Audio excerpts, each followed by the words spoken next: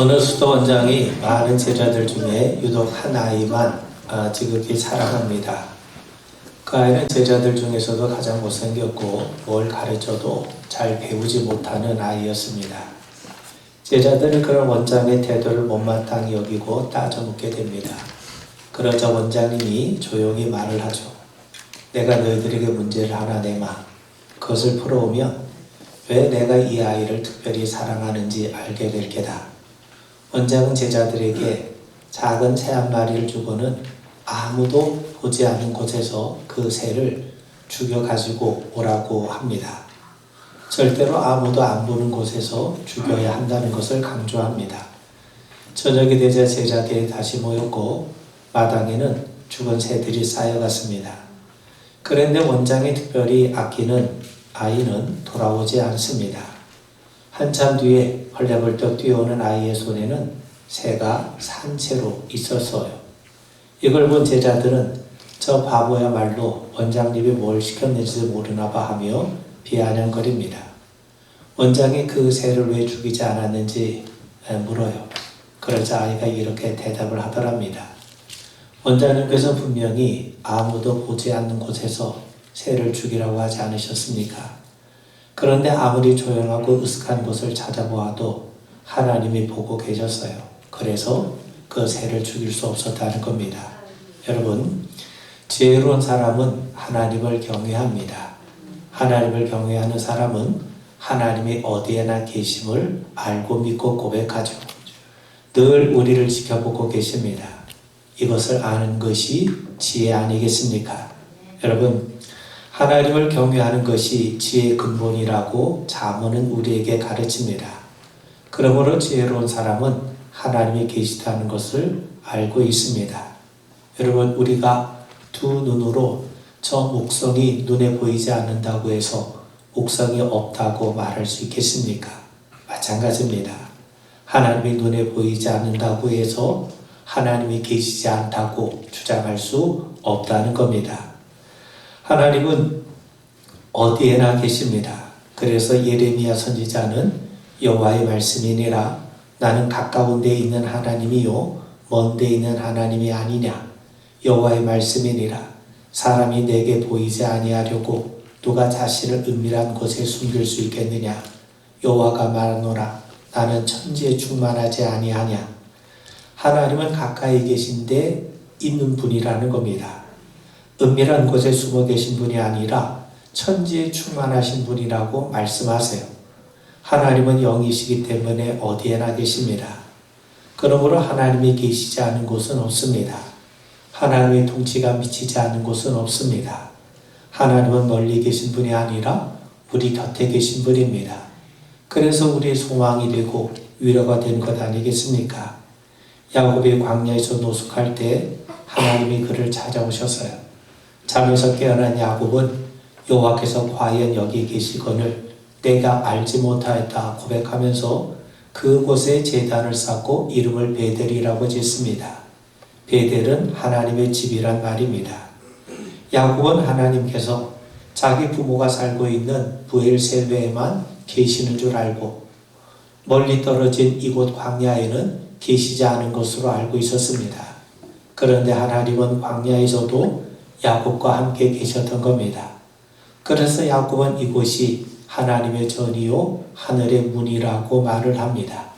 하나님의 전이라는 것은 하나님이 계신 자리라는 곳이고 또 하늘의 문이라는 것은 하나님을 만나게 된 자리라는 뜻입니다. 그렇습니다. 하나님은 광야에도 계시고 어디에나 계십니다. 하나님은 특별히 그리스도 예수를 통해 우리에게 온전히 당신을 드러내 보여주셨습니다. 그러므로 우리는 그리스도 예수를 통해 하나님을 만나게 됩니다. 예수님만이 참 지혜가 되시죠. 예수님을 통해 우리는 하나님을 알게 되고 하나님을 만나게 됩니다. 지금도 예수님은 성령으로 우리와 함께 계십니다. 그러므로 예수님과 함께 있는 곳은 그 어디든 하늘나라가 되는 것 아니겠습니까? 우리가 부르는 찬송 가운데 높은 산이 거친 들이 초막이나 궁궐이나 내 주 예수 모신 곳이 그 어디나 하늘나라. 할렐루야 찬양하세. 내 모든 죄 사함받고 주 예수와 동행하니 그 어디나 하늘나라. 여러분, 하나님은 영이시기 때문에 주님의 이름으로 모인 이 자리에도 계심을 분명하게 믿게 되길 바랍니다. 우리의 예배 현장뿐만 아니라 우리 일상적인 삶의 현장에도 동일하게 임재해 계십니다.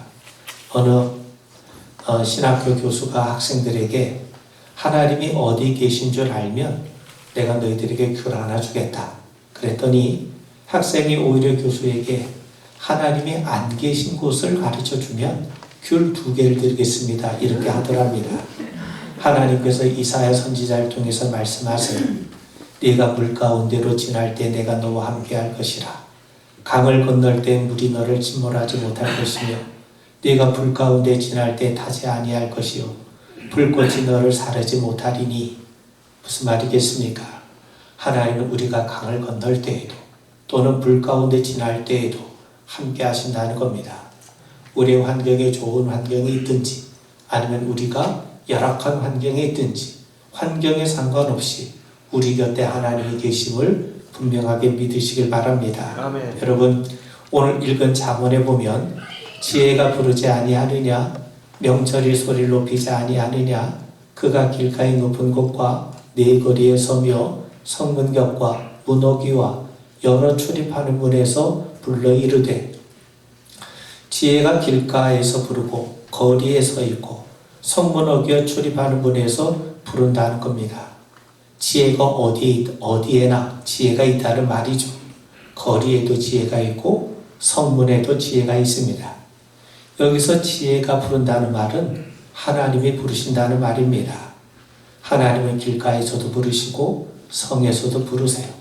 달리 표현하면 길가에서도 하나님이 함께 하시고 또 성에서도 함께 하십니다. 어디에나 계시다는 말이요, 우리의 형편을 아시고 어떤 경우에서든지 한결같이 우리와 동행하신다는 말 아니겠습니까? 그런데 여러분, 어리석은 사람은 하나님을 외면합니다. 하나님을 피할 수 있다고 생각해요. 아담이 범죄한 후 한 일이 뭡니까? 하나님 피하는 거예요. 그래서 동산나무의 사이에 숨어든 것 아닙니까? 사실 이것이 죄죠. 이것이 바로 하나님 앞에 하나님을 떠나는 것이 죄 아닙니까? 그런데 하나님을 떠난 인간의 결론이 뭡니까? 죽음 아닙니까? 그리고 생각해 보세요.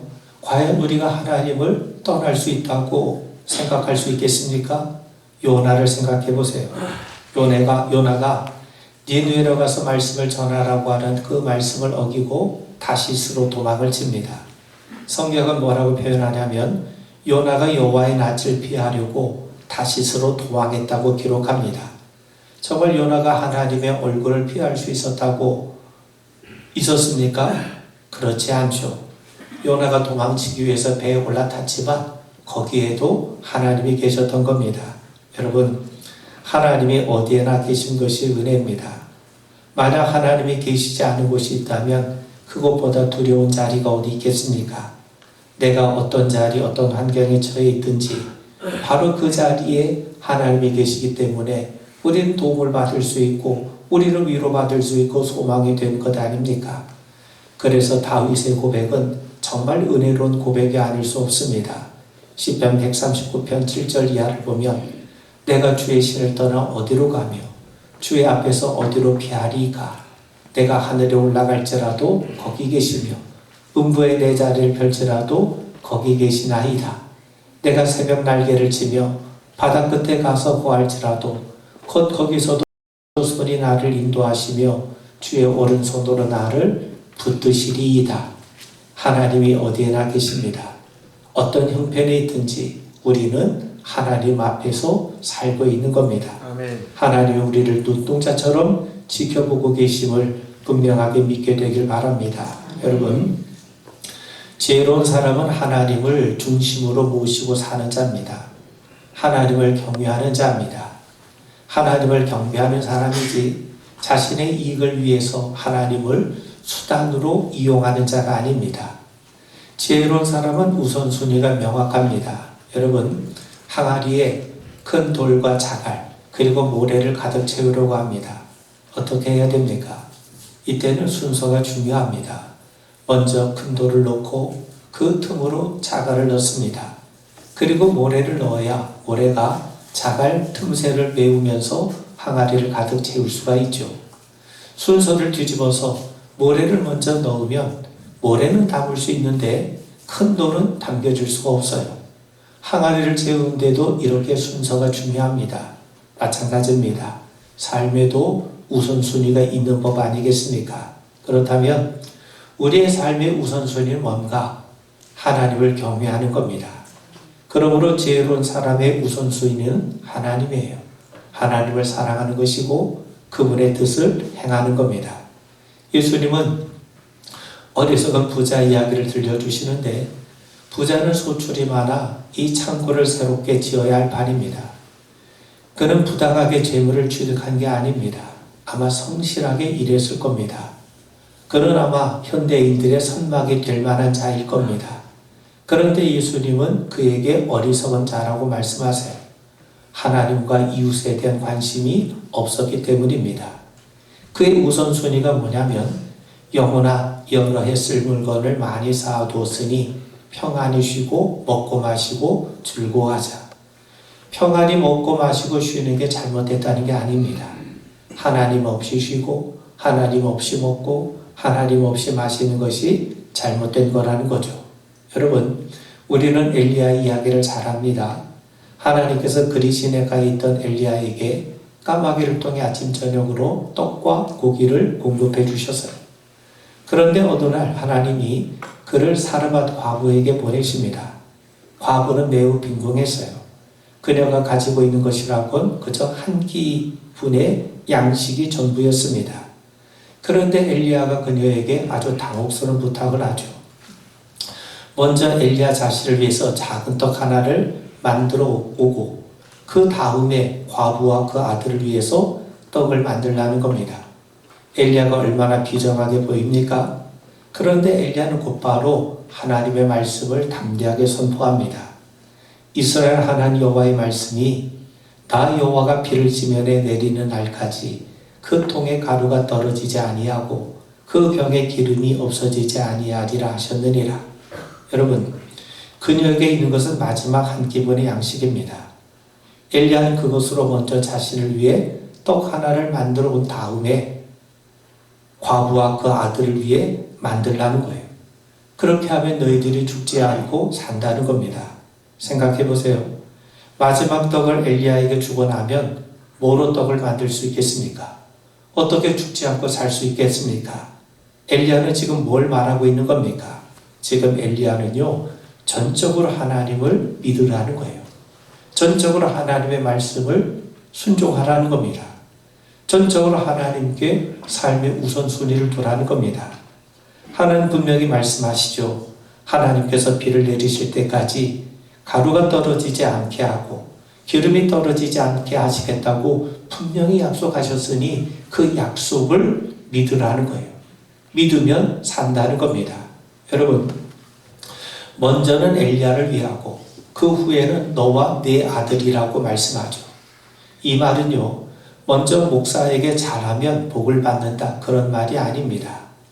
엘리야는 하나님의 예언자니까 예언자를 잘 섬기면 복 받는다고 말하는 것이 아닙니다. 먼저와 그 후는 삶의 우선순위를 말해줍니다. 먼저 하나님 믿으라는 겁니다. 말씀의 우선순위를 두라는 겁니다. 하나님은 우리보다 먼저 계신 분이요, 영존하신 분 아닙니까? 세상을 지으시고 다스리고 돌보는 분 아니십니까? 무엇보다도 우리를 사랑하시고 우리의 아버지가 되어주신 분 아니십니까? 자녀에게 좋은 것을 주시길 기뻐하신 분이세요. 야고보 사도가 말씀하는 것처럼 각종 좋은 은사와 온전한 선물은 하나님이 주세요. 우리를 향한 하나님의 본심은 평안과 생명입니다. 여러분, 마귀가 예수를 시험하죠. 하나님의 아들이라면 독을 떡으로 만들어 보라는 거죠. 예수님은 사람의 떡으로만 사는 게 아니라 하나님의 말씀으로 산다고 말씀합니다. 왜 말씀으로 삽니까?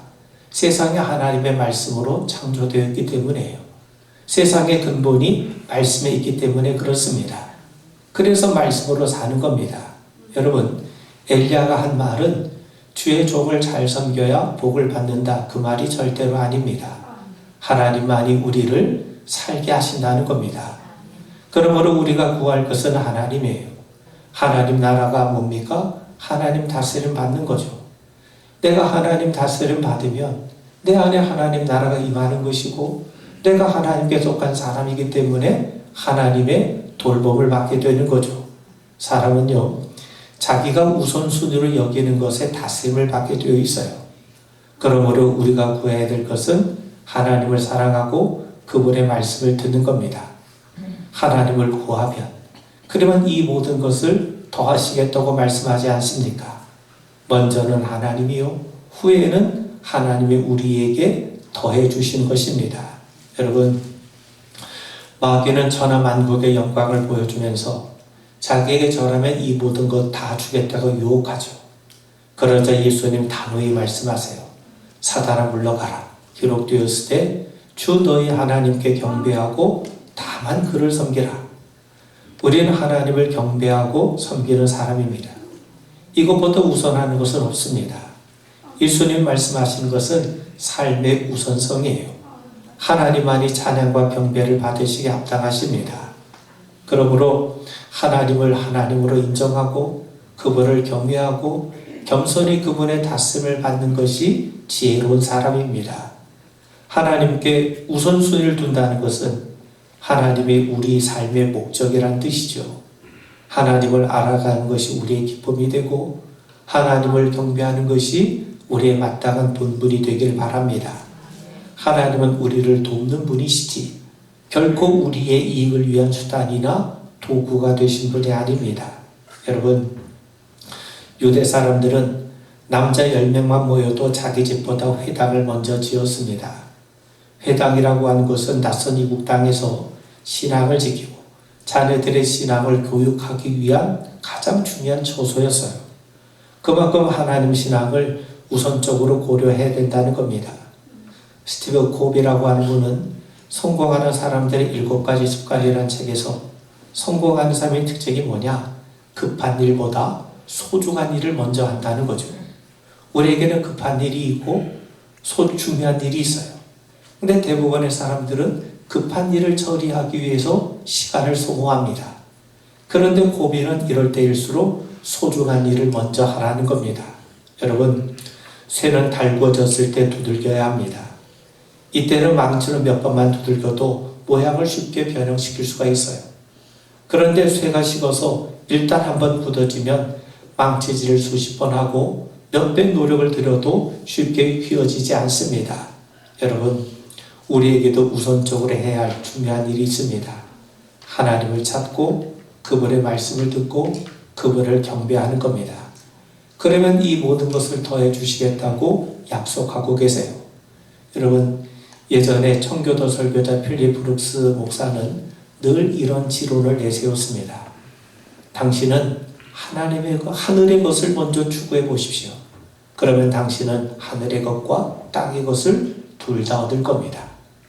그런데 당신이 땅의 것을 먼저 추구해 보신다면 그러면 당신은 하늘의 것과 땅의 것을 둘 다 잃을 거라는 겁니다. 하나님을 사모하시고 하나님을 추구하는 여러분 되길 바랍니다.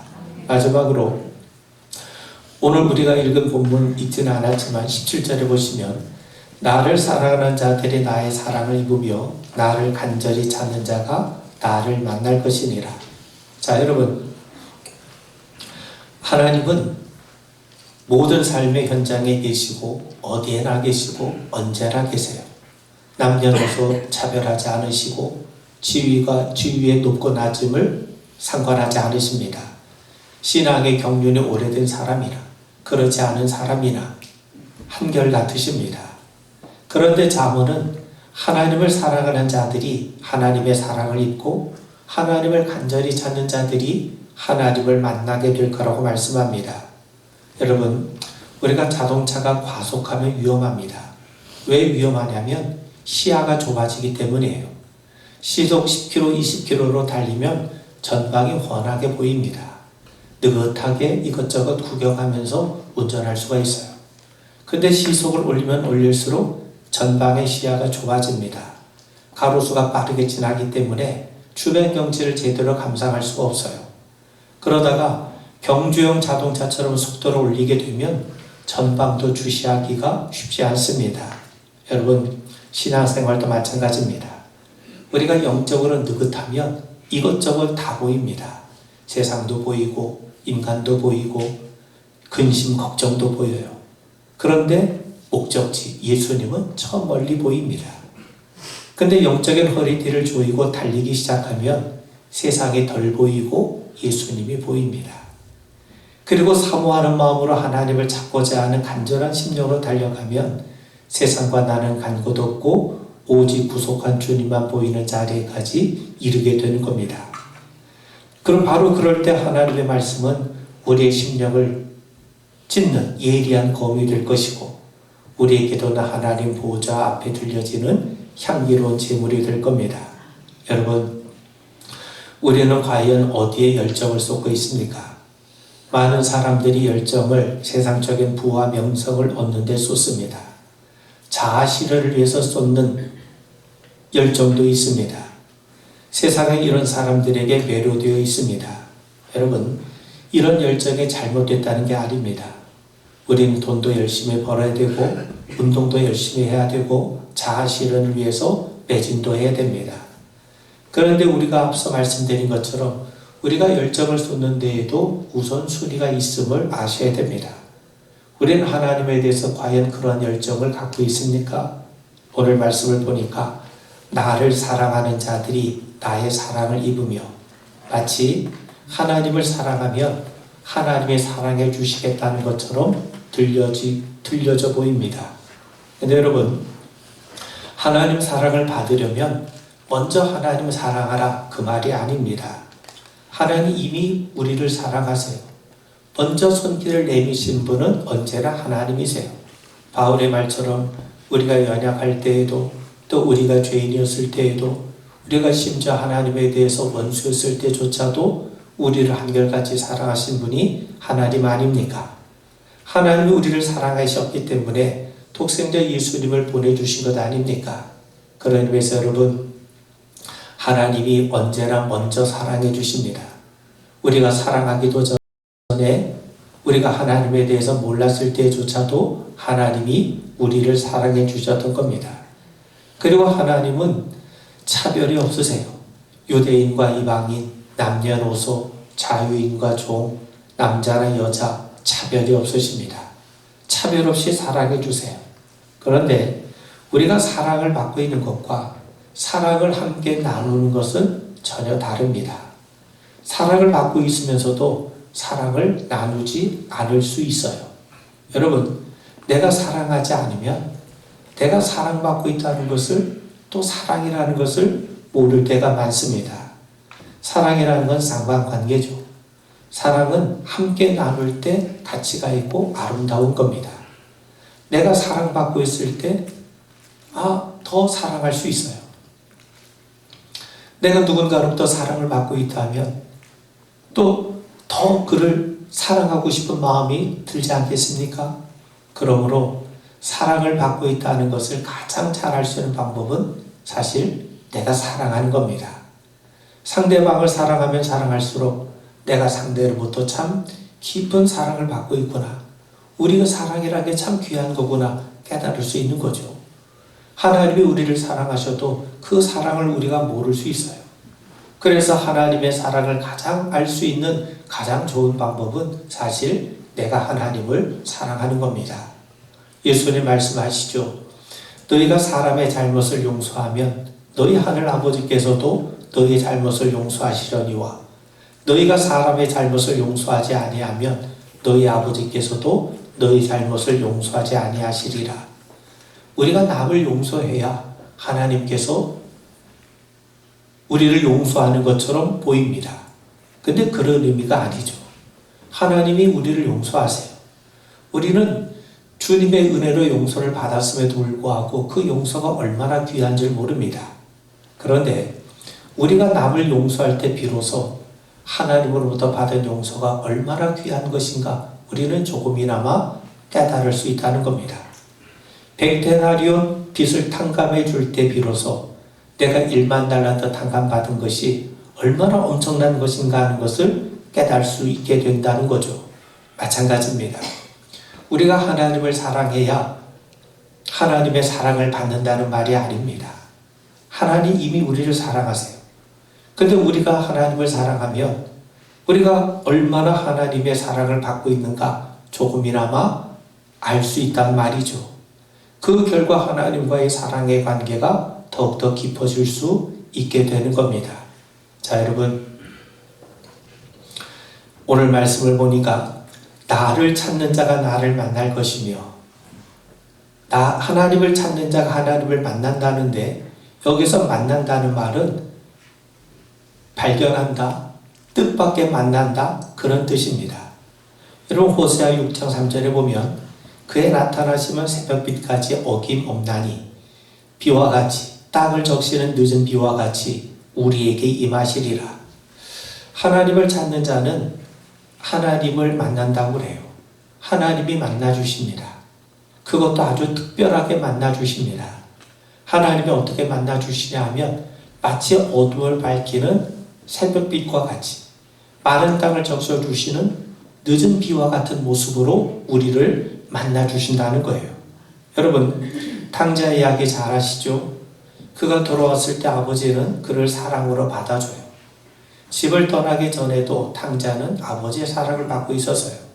근데 그때는 그 사랑의 깊이를 알지 못하고 있었죠. 그런데 그가 간절한 마음으로 집에 와 보니까 아버지의 사랑이 너무 감격스러운 겁니다. 아버지의 사랑이 달라진 게 아닙니다. 아버지의 사랑은 한결같았는데 아들의 사랑이 달라진 거예요. 이제 아버지를 사랑하게 되니까, 아버지의 본심을 알게 되니까, 아버지의 사랑을 느끼게 되니까 아버지의 사랑이 예전보다 더 진하게 다가오기 시작한 거죠. 영적으로 철이 들게 된 거죠. 아들이 아버지의 사랑에 반응하면서 비로소 아버지의 그 깊은 사랑을 깨닫게 된 겁니다. 이게 바로 하나님을 사랑하는 자가 하나님의 사랑에 입는다는 말의 의미가 됩니다. 그리고 탕자는 자신이 아버지의 아들이 되기 너무 부족하니까 그저 품꾼의 하나로 써주기를 바랬어요. 아들이 된다는 것은 언강생심 꿈도 꾸지 못했습니다. 그런 마음으로 아버지를 찾아오지 않았습니까? 그런데 아버지는 탕자를 품꾼으로가 아니라 아들로 받아줘요. 뜻밖의 일이 벌어진 겁니다. 품꾼을 기대했던 탕자에게 뜻밖에도 아버지는 아들로 대해주셨던 거죠. 아버지의 뜻밖의 행동에 탕자 자신도 무척 놀랐을 겁니다. 이것이 하나님을 찾는 자를 하나님이 만나주신다는 말의 뜻입니다. 여러분, 우리가 받은 구원이 또 우리가 받은 은혜가 무엇인지 모를 때가 많아요. 죄를 용서받고 구원을 받았음에도 여전히 죄책감에 사로잡힐 때가 많습니다. 하나님의 자녀임에도 불구하고 스스로 고아처럼 여기며 살 때가 많습니다.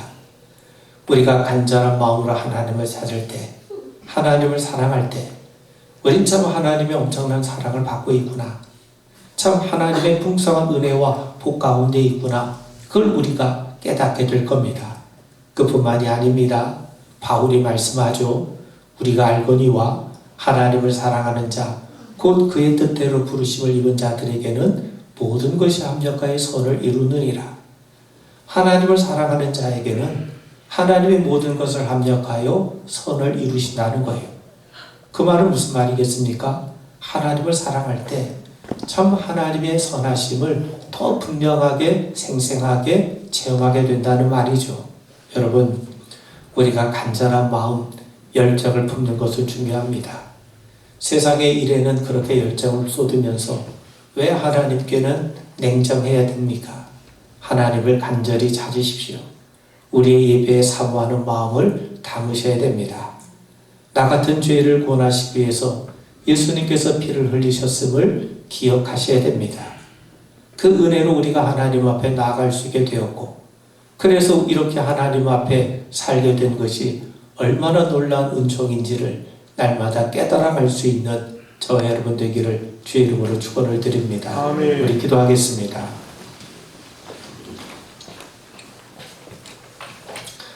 하나님이 우리를 부르고 계심을 알게 하옵소서. 우리의 영혼을 맑게 하시고 우리의 영안이 열리게 하시고 우리의 귀가 열리게 해주셔서 하나님의 오늘도 우리를 부르고 계심을 알게 하시고 우리가 어떤 자리 어떤 환경이 있든지 하나님의 계심을 믿게 하옵시고 우리가 더욱더 간절한 마음으로 사모하는 마음으로 주님을 찾고 사랑할 때마다 참으로 놀랍게 하나님의 더 큰 은혜와 사랑을 경험하고 깨달아갈 수 있는 우리 성도들 되게 하옵소서. 예수님 이름 받들어 간절히 기도하옵나이다. 아멘.